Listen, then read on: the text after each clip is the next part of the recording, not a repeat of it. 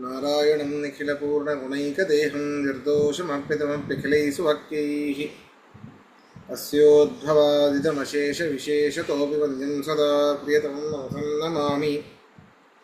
ಕೃಷ್ಣಾಯ ವಾಸುದೇವಾಯ ಹರಯೇ ಪರಮಾತ್ಮನೇ ಪ್ರಣತಕ್ಲೇಶನಾಶಾಯ ಗೋವಿಂದಾಯ ನಮೋ ನಮಃ.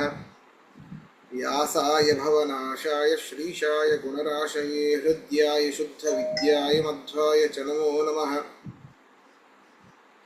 ಅಭ್ರಮಂ ಭಂಗರಹಿತಂ ಅಜಡಂ ವಿಮಲಂ ಸದಾ ಆನಂದತೀರ್ಥಮತುಲಂ ಭಜೆ ತಾಪತ್ರಯಾಪಹಂ. ಪೃಥ್ವೀಮಂಡಲಮಧ್ಯಸ್ಥಾಃ ಪೂರ್ಣಬೋಧಮತಾನುಗಾಃ ವೈಷ್ಣವಾಃ ವಿಷ್ಣುಹೃದಯಾಃ ತಾನ್ ನಮಸ್ಸೇ ಗುರುನ್ ನಮ. ತಪಸ್ವಾಧ್ಯಾಯ ಶುಶ್ರೂಷಾ ಕೃಷ್ಣಪೂಜಾ ರತಂ ಮುನಿಂ ವಿಶ್ವೇಶಂ ಇಷ್ಟದಂ ವಂದೇ ಪರಿವ್ರಾಟ್ ಚಕ್ರವರ್ತಿನಂ.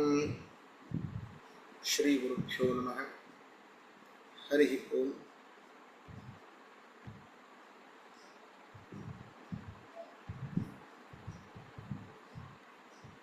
ನಾವು ನಿನ್ನೆಯ ಒಂದು ಪಾಠದಲ್ಲಿ ನಾಮಾನಿ ವಿಶ್ವಾಭಿನಸಂತಿ ಲೋಕೆ ಯದಾ ವಿರಾಸೀದ್ ಅನೃತಸ್ಯ ಸರ್ವಂ ನಾಮಾನಿ ಸರ್ವಾಣಿ ಯಮಾವಿಶಂತಿ ತಂ ವೈ ವಿಷ್ಣು ಪರಮಂ ಉದಾಹರಂತಿ. ವಿಷ್ಣು ಅಂದರೆ ಯಾರು ಅಂತ ಇಲ್ಲಿ ಪ್ರಶ್ನೆ ಬಂದಾಗ, ವಿಷ್ಣು ಯಾರಲ್ಲಿ ಎಲ್ಲ ನಾಮಗಳೂ ಕೂಡ ಮುಖ್ಯತೆಯ ವಾಚಕಗಳಾಗಿವೆಯೋ, ಮುಖ್ಯವಾಗಿ ಸಕಲ ಶಬ್ದವು, ಸಕಲ ಧ್ವನಿಯು, ಸಕಲ ನಾದವು ಯಾರನ್ನ ಹೇಳುತ್ತೋ ಅವನೇ ವಿಷ್ಣು. ಯೋ ದೇವಾನಾಂ ನಾಮಧಾ ಏಕ ಏವ ತಂ ಸಂಪೃಷ್ಟಂ ಭುವನಾಯಂತ್ಯನ್ಯಾ ಸ್ವಸ್ತಿ.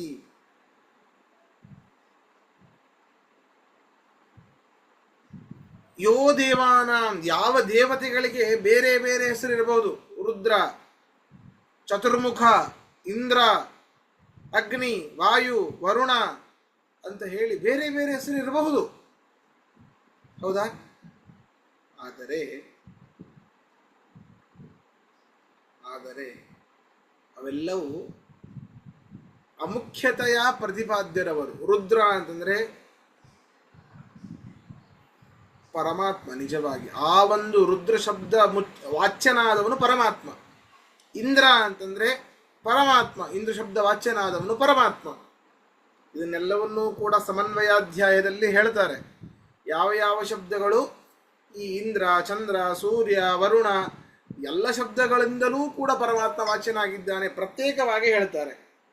ಪ್ರತ್ಯೇಕವಾಗಿಯೇ ಹೇಳ್ತಾರೆ. ಅದನ್ನ ಅಲ್ಲಿ ನೋಡೋಣ. ಇಲ್ಲಿ ಹೇಳ್ತಾರೆ, ನಾಮಾನಿ ಸರ್ವಾಣಿ ಯಮಾವಿಶಂತಿ ತಂ ವೈ ವಿಷ್ಣು ಪರಮಂ ಉದಾಹರಂತಿ. ಯಾವ ಸಕಲ ನಾಮಗಳು ಕೂಡ ಯಾರನ್ನ ಹೊಕ್ಕಿವೆಯೋ, ಯಾರ ಬಗ್ಗೆ ಹೇಳುತ್ತೋ ಅವನೇ ವಿಷ್ಣು. ಮತ್ತೆ ಮುಂದೆ ಹೇಳ್ತಾರೆ, ಯೋ ದೇವಾನಾಂ ನಾಮಧಾ ಏಕ ಏವ. ದೇವತೆಗಳಿಗೆ ಅನೇಕ ಹೆಸರು, ಅನೇಕ ದೇವತೆಗಳಿದ್ದಾರೆ. ರುದ್ರಾದಿ ಸರ್ವ ದೇವತೆಗಳು ನಾಮಧಾಹ, ಅವರೆಲ್ಲ ಬರೀ ಹೆಸರನ್ನ ಧರಿಸಿದವರು. ಆದರೆ ಏಕ ಏವ ಸಹ, ಮುಖ್ಯತೆಯ ಶಬ್ದ ಆ ಎಲ್ಲ ರುದ್ರ, ಚಂದ್ರ, ಇಂದ್ರ ಮೊದಲಾದ ಶಬ್ದ ವಾಚ್ಯತ್ವ ಎನ್ನುವಂಥದ್ದು ಏಕ ಏವ ಪರಮಾತ್ಮನಲ್ಲಿಯೇ ಬರುವಂಥದ್ದು. ಅನ್ಯೇಷಾಂ ಸರ್ವನಾಮತ ನ, ಅನ್ಯೇಷಾಂ ಇನ್ನುಳಿದವರಿಗೆ ಯಾರಿಗೂ ಕೂಡ ಸರ್ವನಾಮತ್ವ ಅನ್ನೋದು ಕೂಡೋದಿಲ್ಲ. ಸಕಲ ಶಬ್ದ ವಾಚ್ಯತ್ವ ಅದು ಪರಮಾತ್ಮನಲ್ಲಿಯೇ ಬರ್ಲಿಕ್ಕೆ ಸಾಧ್ಯ. ಅಷ್ಟೇ ಅಲ್ಲ, ಇನ್ನೂ ಹೇಳ್ತಾರೆ, ಅಜಸ್ಯ ನಾಭೌ,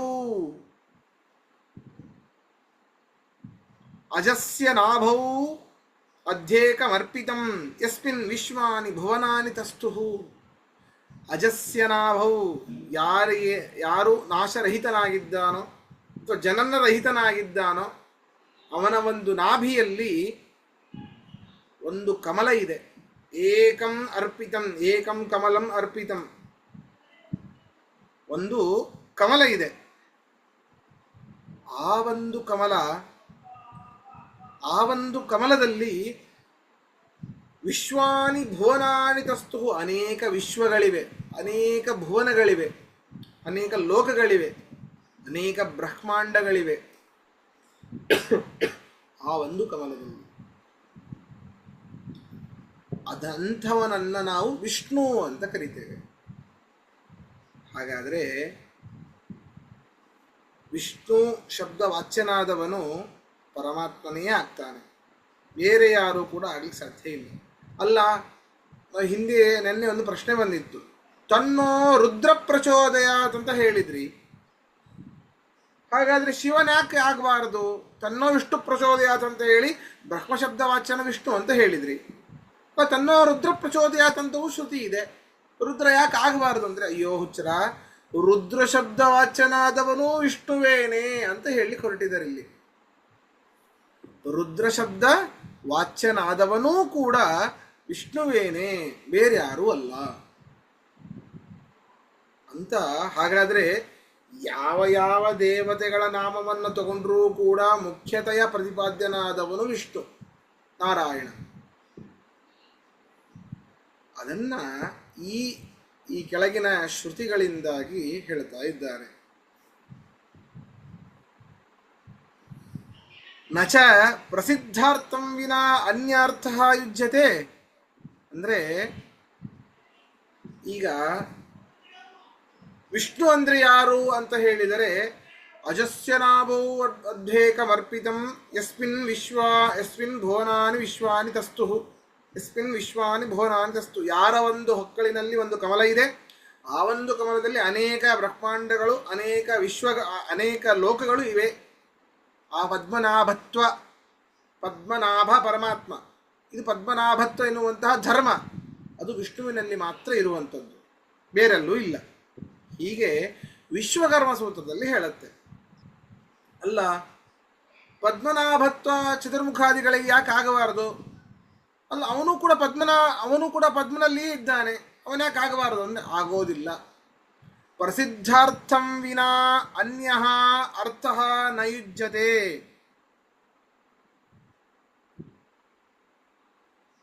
ಯಾಕೆ? ಅವನು ಪದ್ಮನಾಭಸ್ಥನಾಗಿದ್ದಾನೆ. ಈಗ ಬಹಳ ಓದಿದ್ದಾನೆ ಅಂತ ತಿಳ್ಕೊಳ್ಳಿ. ನಮ್ಮ ವಿದ್ಯಾಪೀಠದೊಬ್ಬರು ಆಚಾರ್ಯ ಇದ್ರು, ಬಹಳ ಓದಿದ್ರು, ಯಾವಾಗಲೂ ಗ್ರಂಥಾಲಯದಲ್ಲೇ ಇರ್ತಿದ್ರು, ಓದ್ತಾನೇ ಇರ್ತಿದ್ರು. ಯಾರು ಅವ್ರು ಬಂದರು ಅಂತ ಆದರೆ, ಈ ಗ್ರಂಥಾಲಯ ಬರ್ತಾ ಇದ್ದೀರಪ್ಪ ಎದ್ದೇಳಿ ಅಂತ ಹೇಳ್ತಿದ್ರು.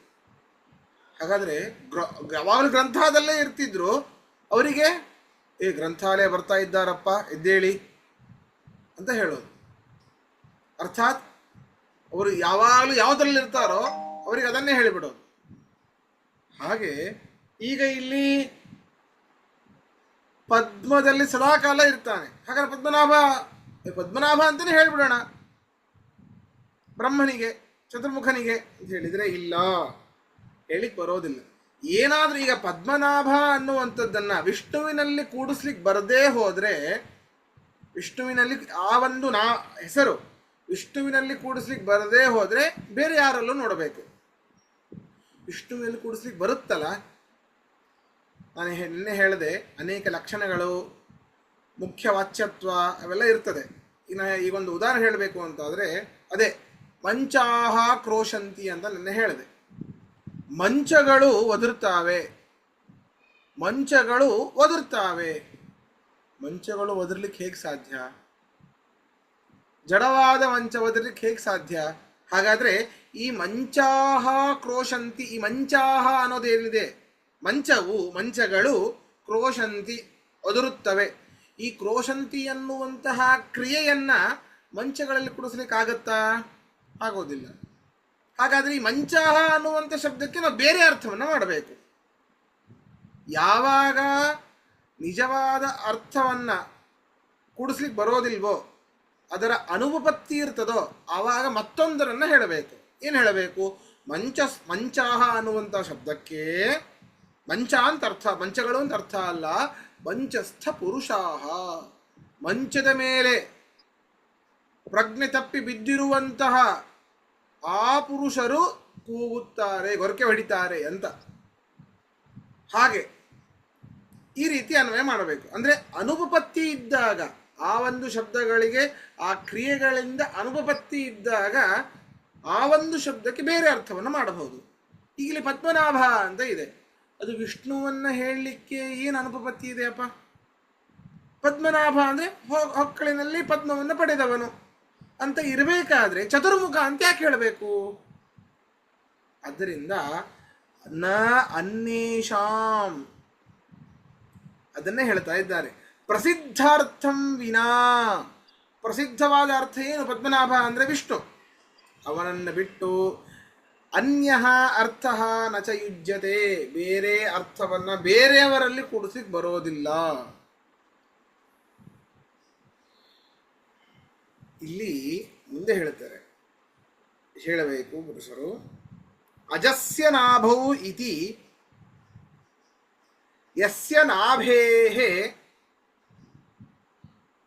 ಅಭೂತ್ ಶ್ರುತೇಃ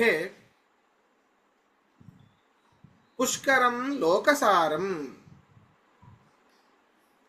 ತಸ್ಮೈ ನಮೋ ವ್ಯಸ್ತ ಸಮಸ್ತ ವಿಶ್ವಭೂತಯೇ. ವ್ಯಸ್ತ ಸಮಸ್ತ ವಿಶ್ವಭೂತಯೇ. ಮ್ಯೂಟ್ ಮಾಡಿ ನಾಗರಾಜ್ ಅವರೇ. ವಿಷ್ಣವೇ ಲೋಕಕರ್ತ್ರೇ ಇತಿ ಸ್ಕಾಂದೇ.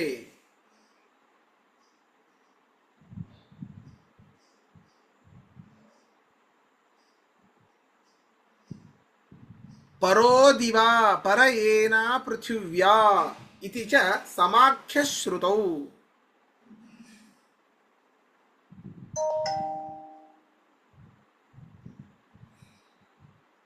ಯಂ ಕಾಮಯೇ ತಂ ತಮುಗ್ರಂ ಕೃಣೋಮಿ ತಂ ಬ್ರಹ್ಮಾಣಂ ತಂ ಋಷಿಂ ತಂ ಸುಮೇಧಾಂ ಇತ್ಯುಕ್ತ್ವಾ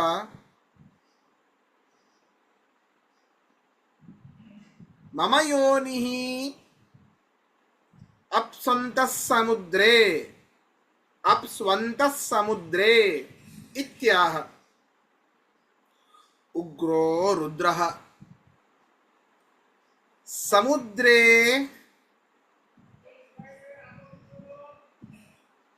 ತರ್ನಾರಾಯಣಃ ಪ್ರಸಿದ್ಧತ್ವಾತ್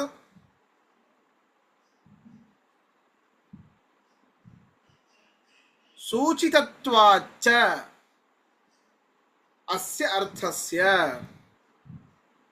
ನ ಚ ಅವಿರೋಧೇ ಪ್ರಸಿದ್ಧಃ ಪರಿತ್ಯಜ್ಯತೆ. ಅಲ್ಲಪ್ಪ, ಈಗ ಅಜಸ್ಯ ನಾಭೌ ಅಂತ ಹೇಳ್ತಾ ಇದ್ದೀರಿ. ಇಲ್ಲಿ ಶ್ರುತಿ ಏನು ಹೇಳ್ತಾ ಇದೆ? ಮುಂದುವರೆದ ಭಾಗ, ಆ ಒಂದು ಶ್ರುತಿಯ ಮುಂದುವರೆದ ಭಾಗವನ್ನು ಹೇಳ್ತಾ ಇದ್ದಾರೆ. ಯಾವ ಪರಮಾತ್ಮನ ನಾಭಿಯಲ್ಲಿ ಆ ಒಂದು ಹೊಕ್ಕಳದ ದಸೆಯಿಂದ ಲೋಕಸಾರಂ 14 ಲೋಕಗಳಿಗೆ ಆಶ್ರಯವಾದ ಪುಷ್ಕರಂ ಅಭೂತ್ ಕಮಲವು ಹುಟ್ಟಿತೋ ಅಂತ ಶ್ರುತಿ ಇದೆ. ಅಂತಹ ತಸ್ಮೈ ವ್ಯಸ್ತ ಸಮಸ್ತ ವಿಶ್ವವಿಭೂತಯೇ, ಅಂತಹ ವಿಭಕ್ತವಾದ ಸೃಷ್ಟಿಯಾದಿ ಚತುಷ್ಟಯಗಳನ್ನ ಜಡಗಳಲ್ಲಿ ಜೀವರಲ್ಲಿ, ಸೃಷ್ಟಿಯಾದ್ಯಷ್ಟಕವನ್ನ ಜೀವರಲ್ಲಿ ಈ ರೀತಿ ಸಮಸ್ತವಾಗಿ ಮಾಡುವಂತಹ ಮಹಾಮಹಿಮನಾದ ಲೋಕ ನಿರ್ಮಾಪಕನಾದ ಆ ಒಂದು ವಿಷ್ಣುವಿಗೆ ನಮಸ್ಕಾರ ಅಂತ ಮುಂದಿನ ಒಂದು ಶ್ರುತಿ ಇದೆ. ಯಾವುದು? ಅಜಸ್ಯ ನಾಭೌ ಅರ್ಭೇಕಮರ್ಪಿತಂ ಅಂತ ಆ ಒಂದು ಶ್ರುತಿಯ ಮುಂದಿನ ಭಾಗ ಇದು. ಈ ರೀತಿ ಸ್ಕಾಂದ ಪುರಾಣದಲ್ಲಿ ಹೇಳಿದ್ದಾರೆ. ಹೌದಾ? ಹಾಗಾದ್ರೆ ಮತ್ತೆ ಹೇಳಬೇಕು, ನಾಭಿಯಲ್ಲಿ ಕಮಲವನ್ನ ಪಡೆದವನು ಅಂತ ಅರ್ಥ. ನಾಭಿಯಲ್ಲಿ ಪಡೆದ ಕಮಲದಲ್ಲಿ ಇರುವವನು ಅಂತ ಅರ್ಥ ಅಲ್ಲ. ಹೌದಾ? ನಾಭಿಯಲ್ಲಿ ಕಮಲವನ್ನ ಪಡೆದವನು ಪರಮಾತ್ಮನೇ ಆಗ್ತಾನೆ. ಹೌದಾ? ಅದಕ್ಕೆ ಲೋಕಸಾರಂ ಪುಷ್ಕರಂ, ಇಡೀ ಸಮಸ್ತ 14 ಲೋಕಗಳಿಗೆ ಆಶ್ರಯವಾದ ಒಂದು ಪುಷ್ಕರ ಅರ್ಥ ಅಂದ್ರೆ ಕಮಲ ಅಂತರ್ಥ. ಹುಟ್ಟಿತೋ ಅಂತ ಮುಂದಿನ ಭಾಗ ಹೇಳ್ತಾ ಇದ್ದಾರೆ ಇಲ್ಲಿ. ಅಷ್ಟೇ ಅಲ್ಲ, ಪರೋ ದಿವಾ ಪರ ಏನ ಪೃಥಿವೈ, ಎಲ್ಲಿ ಬರ್ತದೆ ಇದು?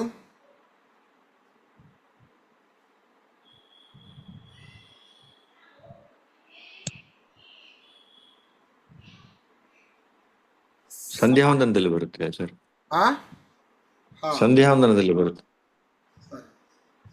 ಇದು ಸಮಾಖ್ಯ ಶ್ರುತವು ಅಂತ ಅಂದ್ರೆ ಈ ಎಲ್ಲಾ ಶ್ರುತಿಗಳು ಯಾವುದು ಪರಮಾತ್ಮನನ್ನ ಹೇಳುತ್ತೋ ಅದು ಸಮಾಖ್ಯ ಶ್ರುತಿ ಅಂತ. ವಿಶೇಷವಾಗಿ ಪುರುಷ ಸೂಕ್ತ, ಪುರುಷಬ್ದ ವಚನಾದವನು ಪರಮಾತ್ಮನೇನೆ. ಹೀಗೆ ದಿವಾ ಸ್ವರ್ಗದಲ್ಲಿರುವಂತಹ ಸಕಲ ದೇವತೆಗಳಿಗಿಂತಲೂ ಪರಹ, ಪರೋ ದಿವಾ, ಪರಹ ದಿವಾ, ದಿವಾ ಅಂದ್ರೆ ಸ್ವರ್ಗ, ದಿವಿ ಅಂದ್ರೆ ಸ್ವರ್ಗ, ಸ್ವರ್ಗದಲ್ಲಿರುವಂತಹ ಸಕಲ ದೇವತೆಗಳಿಗಿಂತಲೂ ಉತ್ತಮನಾದವನು ಇವನು. ಏನಾ ಪೃಥಿವ್ಯಾ, ಈ ಭೂಮಿಗಿಂತಲೂ ಉತ್ತಮನಾದವನು, ಅರ್ಥಾತ್ ಭೂಮಿಯಲ್ಲಿರುವಂತಹ ಸಕಲ ಚರಾಚರ ಪ್ರಪಂಚ ಜೀವಿಗಳಿಗಿಂತಲೂ ಉತ್ತಮನಾದವನು ಇವನು. ಹೀಗೆ ಸಮಾಖ್ಯ ಶ್ರುತಿಯಲ್ಲಿ ಹೇಳಿದೆ. ಅಷ್ಟೇ ಅಲ್ಲ, ಲಕ್ಷ್ಮಿ ಹೇಳಿದ್ದಾಳೆ ಯಾವುದು ಅಂಬೃಣಿ ಸೂಕ್ತದಲ್ಲಿ, ಯಂ ಕಾಮಯೇ ತಂ ತಮುಗ್ರಂ ಕೃಣೋಮಿ ತಂ ಬ್ರಹ್ಮಾಣಂ ತಂ ಋಷಿಂ ತಂ ಸುಮೇಧಾಂ. ಅಲ್ಲಪ್ಪ, ಲಕ್ಷ್ಮಿನೇ ಹೇಳ್ತಾ ಇದ್ದ, ನೀವೇನು ಹೇಳ್ತಿದ್ದೀರಿ? ಈ ಪದ್ಮನಾಭತ್ವ ಚತುರ್ಮುಖನಲ್ಲಿ ಬರ್ತದೆ, ರುದ್ರಾದಿಗಳಲ್ಲಿ ಬರ್ತದೆ, ರುದ್ರ ಯಾಕಾಗಬಾರ್ದು, ವಿಷ್ಣು ಶಬ್ದ ವಾಚ್ಯನಾದ ರುದ್ರ ಯಾಕಾಗಬಾರ್ದು ಅಂತ ಹೇಳ್ತಾ ಇದ್ದೀರಿ. ಲಕ್ಷ್ಮೀ ನೋಡಿ ಇಲ್ಲಿ, ಯಂ ಕಾಮಯೇ ತಂ ತಮುಗ್ರಂ, ಯಾವನನ್ನು ನಾನು ಬಯಸ್ತೇನೋ, ಯಾವಾತನನ್ನು ಏನನ್ನು ಮಾಡಲು ನಾನು ಬಯಸ್ತೇನೋ, ತಂ ತಮುಗ್ರಂ ಕೃಣೋಮಿ, ಅಂಥವನನ್ನು ನಾನು ಉಗ್ರಂ ರುದ್ರನನ್ನಾಗಿ ಮಾಡ್ತೇನೆ, ಅರ್ಥಾತ್ ರುದ್ರ ಪದವಿಯನ್ನು ನಾನು ಅವನಿಗೆ ಕೊಡ್ತೇನೆ. ತಂ ಬ್ರಹ್ಮಾಣಂ, ಅಂಥವನನ್ನು ನಾನು ಚತುರ್ಮುಖನನ್ನಾಗಿ ಮಾಡ್ತೇನೆ ಅಂತ ಹೇಳ್ತಾ ಇದ್ದಾಳೆ ಲಕ್ಷ್ಮಿಯೇನೆ. ಹಾಗಾದರೆ ಲಕ್ಷ್ಮಿ ನಾರಾಯಣನಿಂದ ಕೆಳಗಿನವಳು, ಅವರ ಅಧೀನರು ಇವರೆಲ್ಲ. ಲಕ್ಷ್ಮಿಯ ಅಧೀನ ಇರಬೇಕಾದ್ರೆ ಇಂಥವರು ಪದ್ಮನಾಭ ಶಬ್ದವಾಚ್ಯರಾದವರು ಇವರು ಅಂತ ಹೇಳಲಿಕ್ಕಾಗತ್ತ? ಇಂಥವರಲ್ಲಿ ಒಂದು ಕಮಲ ಬಂದಿದೆ, ಅದು ಸಮಸ್ತ ಲೋಕಗಳಿಗೆ ಆಶ್ರಯವಾಗಿದೆ ಅಂತ ಹೇಳಲಿಕ್ಕಾಗತ್ತ? ಹಾಗಾದರೆ ಇಂತಹ ಲಕ್ಷ್ಮಿ, ನಾನು ಯಾವಾತನನ್ನು ಬಯಸ್ತೇನೆ ಅಂಥವನನ್ನು ರುದ್ರನನ್ನಾಗಿ ಮಾಡ್ತೇನೆ, ಅಂಥವನನ್ನು ಬ್ರಹ್ಮನನ್ನಾಗಿ ಮಾಡ್ತೇನೆ, ಅಂಥವನನ್ನು ಋಷಿಯನ್ನಾಗಿ ಮಾಡ್ತೇನೆ, ಅಂಥವನನ್ನು ಮೇಧಾವಿಯನ್ನಾಗಿ ಮಾಡ್ತೇನೆ. ತಂ ತಮುಗ್ರಂ ಕೃಣೋಮಿ ತಂ ಬ್ರಹ್ಮಾಣಂ ತಂ ಋಷಿಂ ತಂ ಸುಮೇಧಾಂ, ನಾನು ಯಾರನ್ನ ಬಯಸ್ತೇನೆ ಅಂಥವನನ್ನು ಋಷಿಯನ್ನಾಗಿ ಮಾಡ್ತೇನೆ, ಅಂಥವನನ್ನು ಸುಮೇಧ ಮಹಾಮೇಧಾವಿಯನ್ನಾಗಿ ಮಾಡ್ತೇನೆ ಅಂತ ಹೇಳಿ ಮಮ, ಇಂತಹ ಸಮರ್ಥಳಾದ ನನಗೆ, ನೋಡಿ ಅಷ್ಟು ಶಕ್ತಿ ಇದೆ ನನಗೆ, ಇಂತಹ ಸಮರ್ಥಳಾದ ನನಗೆ ಮಮ ಯೋನಿಹಿ ಅಂತಃ ಸಮುದ್ರೇ, ನನಗೆ ಕಾರಣನಾದವನು ಸಮುದ್ರದ ಮಧ್ಯದಲ್ಲಿ ಇದ್ದಾನೆ ಅಂತ ಹೇಳ್ತಾ ಇದ್ದಾನೆ.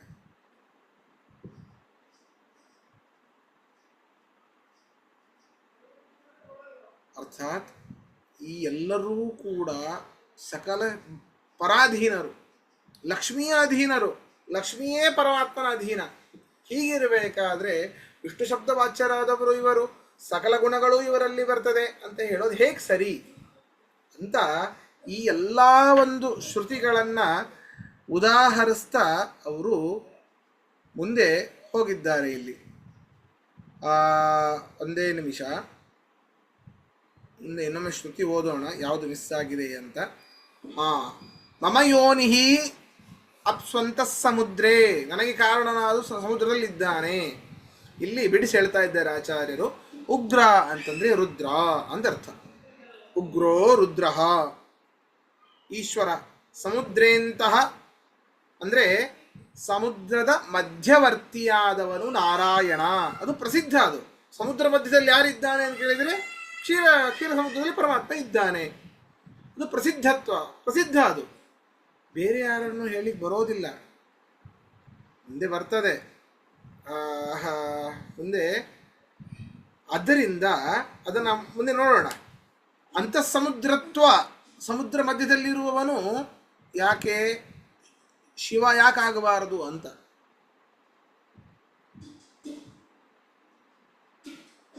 ಹರಿಕಥಾಮೃತ ಸಾರದಲ್ಲಿ ಬರ್ತದೆ, ವಾಮದೇವ ವಿರಂಚಿತನಯ ಉಮಾ ಮನೋಹರ ಉಗ್ರ ದುರ್ಜಟಿ ಸಾಮಜಾಜಿನ ವಸನ ಭೂಷಣ ಸುಮನ ಸೋತಂಸ.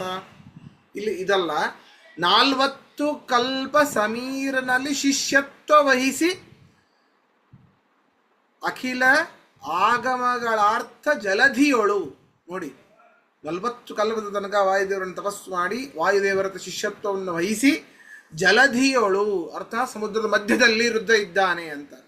ಹಾಗಾಗಿ ಸಮುದ್ರ ಮಧ್ಯದಲ್ಲಿ ರುದ್ರನು ಆಗ್ತಾನೆ ಅಂತ ಮುಂದೆ ಬರ್ತದೆ. ಅದೇನಲ್ಲ ಅಂತ ಅದು ಆ ಸಮುದ್ರ ಮಧ್ಯತ್ವ ಅವನಿಗೆ ಬರೋದಿಲ್ಲ. ಶಾಶ್ವತವಾಗಿ ಸಮುದ್ರ ಮಧ್ಯದಲ್ಲಿ ಯಾರು ಇರ್ತಾನೋ ಅವನೇ ನಿಜವಾದ ವಿಷ್ಣು ಅಂತ ಮುಂದೆ ಅದನ್ನು ಪರಿಹಾರ ಮಾಡ್ತಾರೆ. ಹೀಗೆ ಸಮುದ್ರೇಂತಹ ಸಮುದ್ರ ಮಧ್ಯದಲ್ಲಿ ಇರುವವನು ಪ್ರಸಿದ್ಧನಾದವನು ಯಾರು? ನಾರಾಯಣನೇ ಅಂತಲೇ ಪ್ರಸಿದ್ಧ. ಆದ್ದರಿಂದ ಅಸ್ಯ ಅರ್ಥಸ್ಯ ಅಂದರೆ ಈ ಒಂದು ಬ್ರಹ್ಮಶಬ್ದದ ಅಭಿಪ್ರಾಯ ಇದು ನಿಜವಾದದ್ದು ಇದೆ. ಯಾವುದು? ವಿಷ್ಣುವೇನೆ. ಇದಕ್ಕೆ ಯಾವುದೇ ರೀತಿಯಾದಂತಹ ವಿರೋಧ ಇಲ್ಲ. ಅವಿರೋಧೇ ಪ್ರಸಿದ್ಧ ನ ಚ ಪರಿತ್ಯಜ್ಯತೆ. ಈ ಒಂದು ವಿರೋಧ ಪ್ರಸಿದ್ಧವಾದದ್ದು. ಅಂದರೆ ಸಮುದ್ರ ಮಧ್ಯದಲ್ಲಿರುವ ವಿಷ್ಣುವೇನೆ ಅಂತ ಪ್ರಸಿದ್ಧ. ಇದರಲ್ಲಿ ಯಾವುದೇ ವಿರೋಧ ಇಲ್ಲ. ಹಾಗಾದರೆ ಇದು ಪ್ರಸಿದ್ಧವಾದ ಅರ್ಥವನ್ನ ಬಿಡ್ಲಿಕ್ಕಾಗೋದಿಲ್ಲ. ನಚ ಪರಿತ್ಯಜ್ಯತೆ, ಬಿಡೋದು ಯುಕ್ತವಲ್ಲ ಅಂತ ಈ ಒಂದು ಭಾಷ್ಯದಲ್ಲಿ. ಹಾಗಾದರೆ ಕೊನೆಗೆ ಬರುವಂಥದ್ದು ಬ್ರಹ್ಮಯ ಫಸ್ಟಿನ ಶುರುವಾಗಿದ್ದು ಬ್ರಹ್ಮ ಯಾರು? ಅದು ವಿಷ್ಣುವೇನೆ. ತನ್ನೋರಷ್ಟು ಪ್ರಚೋದಯ. ರುದ್ರ ಯಾಕಾಗಬಾರದು? ಇಲ್ಲ. ಸಕಲ ದೇವತೆಗಳ ನಾಮವೂ ಕೂಡ ಮುಖ್ಯತೆಯ ಪರಮಾತ್ಮನನ್ನೇ ಹೇಳ್ತಾ ಇದೆ. ಅಲ್ಲಿ ಪದ್ಮನಾಭ ಅಂತ ಬಂತು. ಅಜಸ್ಯ ನಾಭೋ ಅಭ್ಯೇಕ ಪದ್ಮನಾಭ. ಬ್ರಹ್ಮ ಯಾಕಾಗಬಾರ್ದು? ಬ್ರಹ್ಮನೂ ಆಗ್ಲಿಕ್ಕೆ ಸಾಧ್ಯ ಇಲ್ಲ. ಯಾವುದೇ ರೀತಿ ವಿರೋಧ ಇಲ್ಲ. ಸಾಕ್ಷಾತ್ತಾಗಿ ಅರ್ಥ ಗೊತ್ತಾಗ್ತಾ ಇದೆ ಅಂತ ಹೇಳಿ ಆ ಒಂದು ಅಜಸ್ಯ ನಾಭೋ ಅಭ್ಯೇಕಮರ್ಪಿತಂ ಎನ್ನುವಂತಹ ಶ್ರುತಿಯ ಒಂದು ಮುಂದಿನ ಭಾಗವನ್ನು ಎಲ್ಲ ಹೇಳ್ತಾ ಕೊನೆಗೆ ಬಂದಿರುವಂಥದ್ದು ಲಕ್ಷ್ಮಿಯ ಬಗ್ಗೆ ಹೇಳ್ತಾ, ಲಕ್ಷ್ಮಿಯೇನೇ ಇಂತಹ ಒಂದು ಏನೋ ರುದ್ರನನ್ನ, ಚತುರ್ಮುಖನನ್ನ, ಋಷಿಯನ್ನ, ಮೇಧಾವಿಯನ್ನ ಮಾಡ್ತಾ ಇರಬೇಕಾದ್ರೆ ಲಕ್ಷ್ಮಿಯ ಗಂಡನಾದ ನಾರಾಯಣನಿಗೆ ಸಮನಾದರೂ ಚತುರ್ಮುಖ ರುದ್ರಾದಿಗಳಲ್ಲ. ಆದ್ದರಿಂದ ಬ್ರಹ್ಮಶಬ್ದ ವಾಚ್ಯರಾದವರು ಇವರು ಆಗೋದಿಲ್ಲ ಅಂತ ಹೇಳಿ ಬ್ರಹ್ಮಶಬ್ದ ವಾಚ್ಯನಾದವನು ವಿಷ್ಣುವೇನೆ. ಆದ್ದರಿಂದ ಮತ್ತೆ ಸೂತ್ರಕ್ಕೆ ಹೋಗಬೇಕು. ಅಥಾತೋ ಬ್ರಹ್ಮ ಜಿಜ್ಞಾಸ, ಅಲ್ಲಿ ಬ್ರಹ್ಮಶಬ್ದ ವಾಚ್ಯನಾದವನು ವಿಷ್ಣುವೇನೆ.